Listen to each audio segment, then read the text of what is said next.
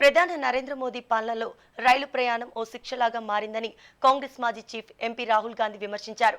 సామాన్యులు ప్రయాణించే జనరల్ బోగీలను తగ్గించి సంపన్నులు ప్రయాణించే ఏసీ బోగీలను పెంచారని ఆరోపించారు. జనరల్ కోచ్లతో పాటు స్లీపర్ కోచ్లు కూడా తగ్గించారని, దీంతో రిజర్వేషన్ చేసుకున్న ప్రయాణికులు కూడా సౌకర్యంగా ప్రయాణించలేకపోతున్నారని చెప్పారు. మోదీ విధానాల కారణంగా సామాన్యులతో పాటు సంపన్నులు కూడా రైలు ప్రయాణం సాఫీగా చేయలేకపోతున్నారని మండిపడ్డారు.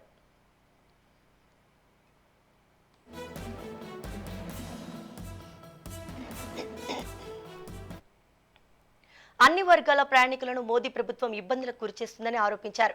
ఈ మేరకు ఓ ట్విట్టర్ యూజర్ షేర్ చేసిన వీడియోను రిట్వీట్ చేస్తూ రైలు ప్రయాణికులు కష్టాలను చూపించారు. రిజర్వ్ బోగీలను ప్రయాణికులు కిక్కిరిసిపోయిన వైనాన్ని, బోగీలో చోటు లేక టాయిలెట్ కూర్చొని ప్రయాణిస్తున్న అవస్థను ఈ వీడియోలో చూపించారు. రైల్వే వ్యవస్థను నిర్వీర్యం చేయడం ద్వారా దానిని ప్రైవేటీకరించిన తన స్నేహితులను కట్టబెట్టాలని మోదీ చూస్తున్నారని రాహుల్ ఆరోపించారు. సామాన్యుల ప్రయాణ సాధనం రైల్వేను కాపాడాలంటే మోదీని గద్దె దించాల్సిందేనని రాహుల్ గాంధీ ప్రజలకు పిలుపునిచ్చారు.